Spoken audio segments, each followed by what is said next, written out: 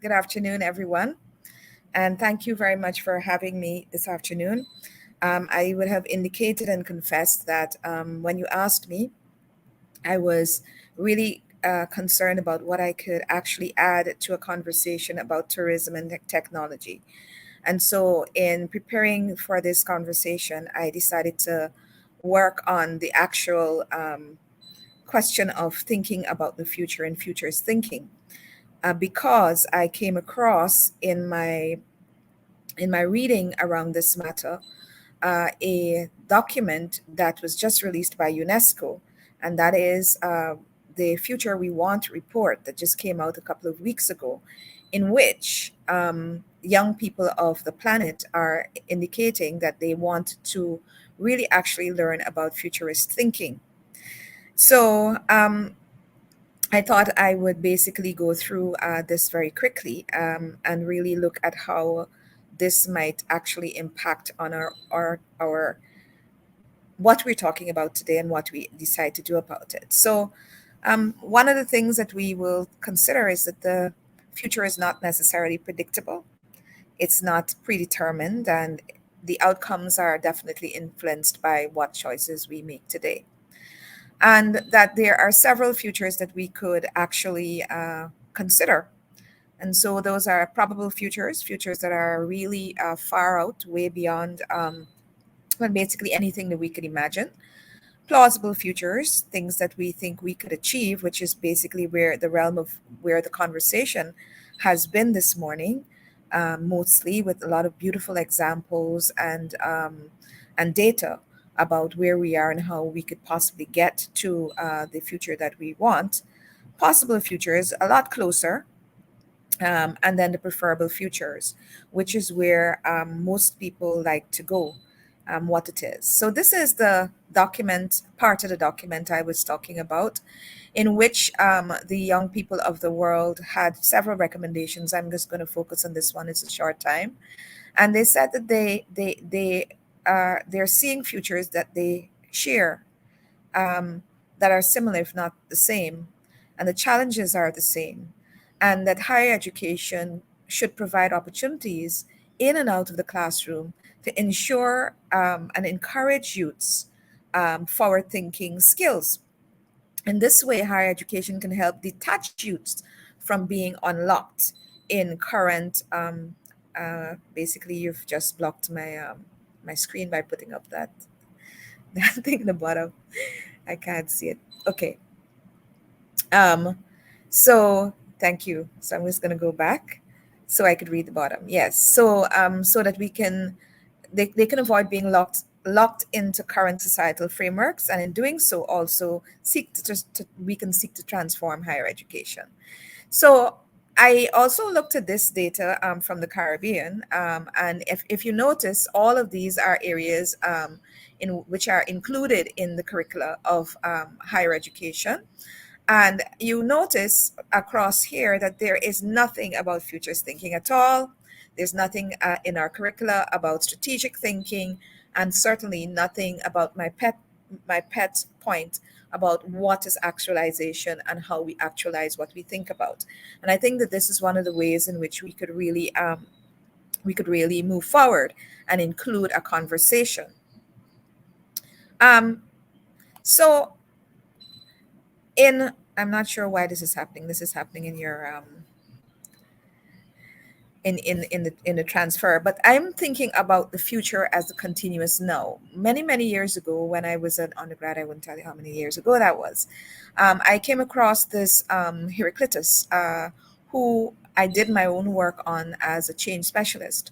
And he basically made the statement, and of course a long exposition about it, which I won't go into today, that a person cannot step into the same river twice. And basically, he was talking about change. And so I think about change as a continuous now. And more than challenging the perspective that the future is in the future, like tomorrow, in the next minute. If we think of the future as a continuous now, there's several implications for thinking like that. And one is that there are multiple co-created and concurrent possibilities at any point in time.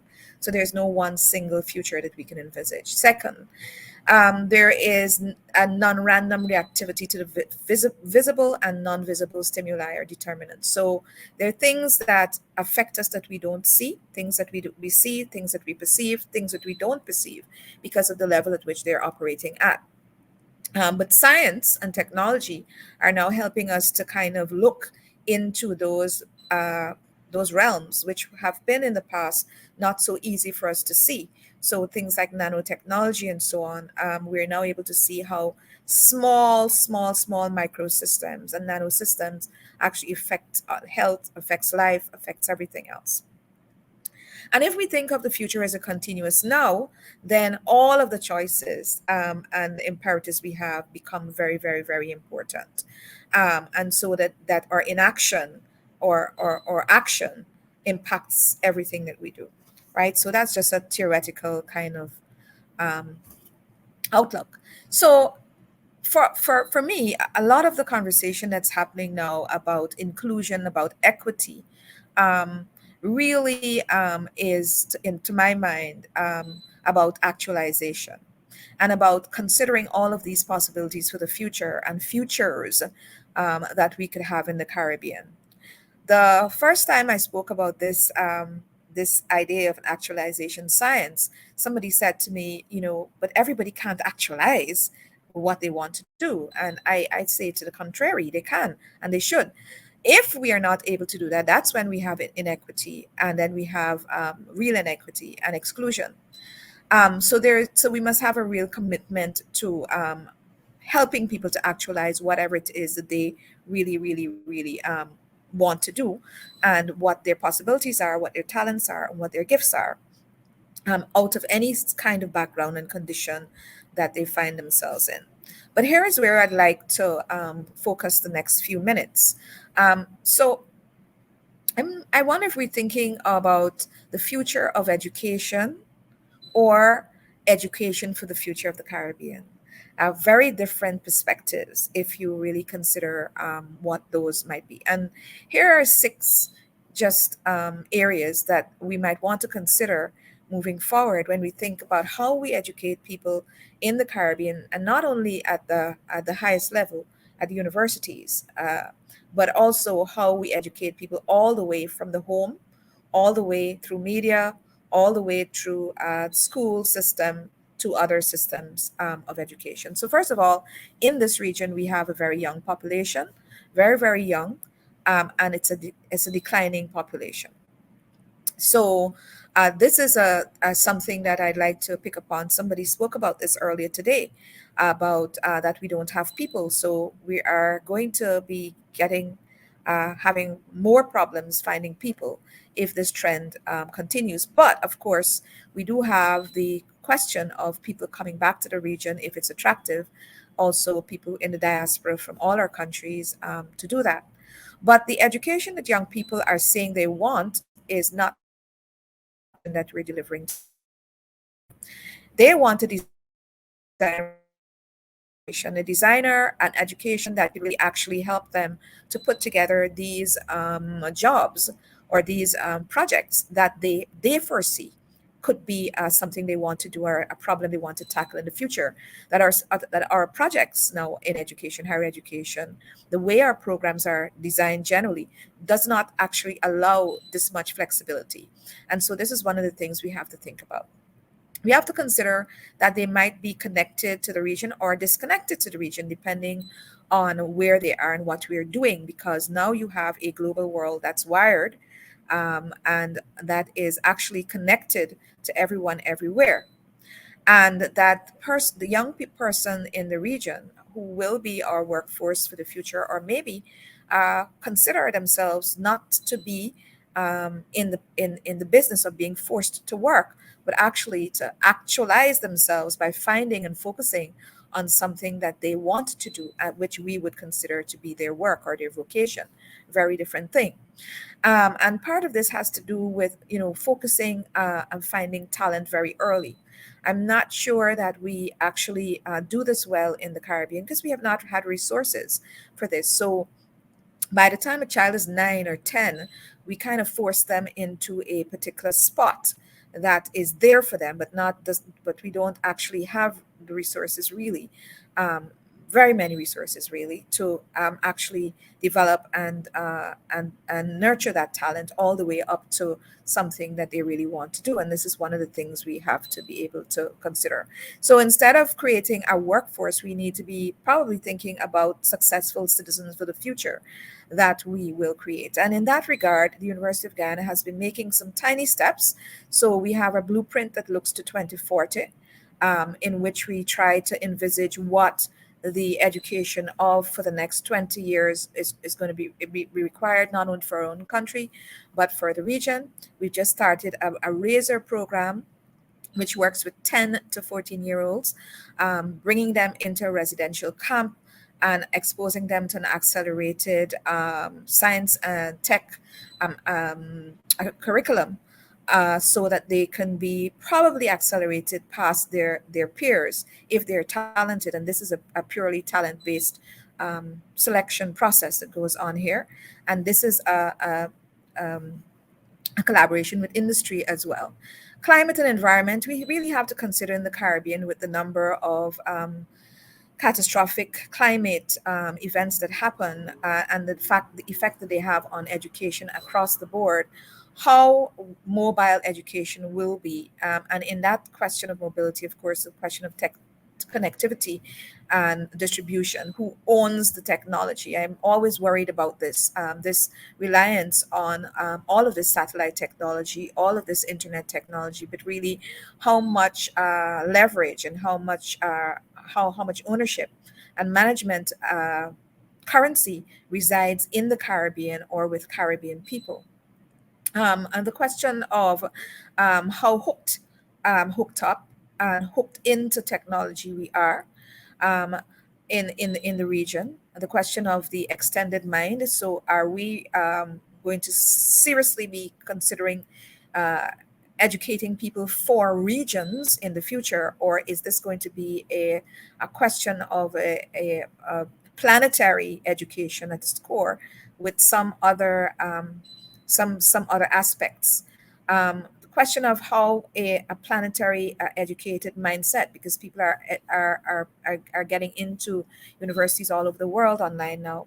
How what does that do to all kinds of things about culture and mindset, and how we relate to each other as a people, and how we relate to our own spaces, is something that we want to consider. And whether or not, going back to this question of educating for the future that young people are talking about, or futures education.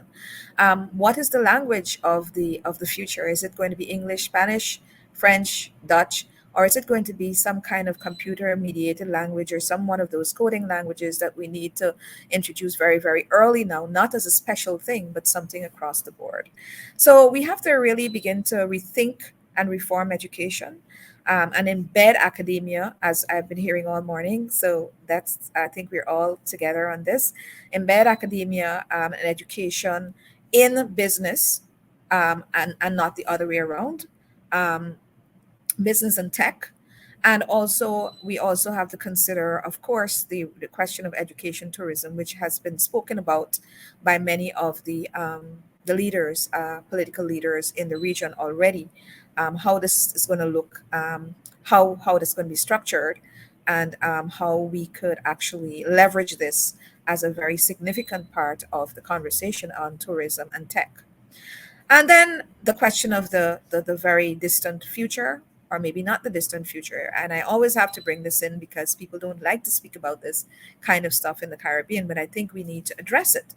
Um, we know now that we are only one blimp in the billions and billions of planets.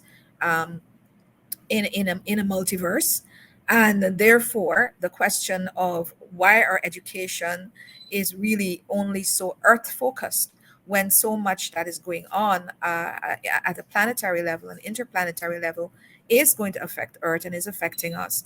Is it not time for us to start to speak about an education that is a lot more, um, it has to be focused on earth, but certainly includes other another focus, Because if something happens, if for instance we find in, some point in the near future, that we are not alone in the multiverse, how does this affect everything that we know and we do, and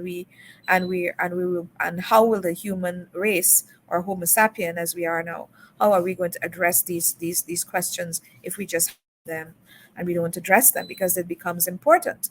um, it becomes very important also that in this region we do have a very good, two good sites, or more than two good sites for interplanetary tourism and travel. Now I'm going way out, so that is the very very far future, but maybe not.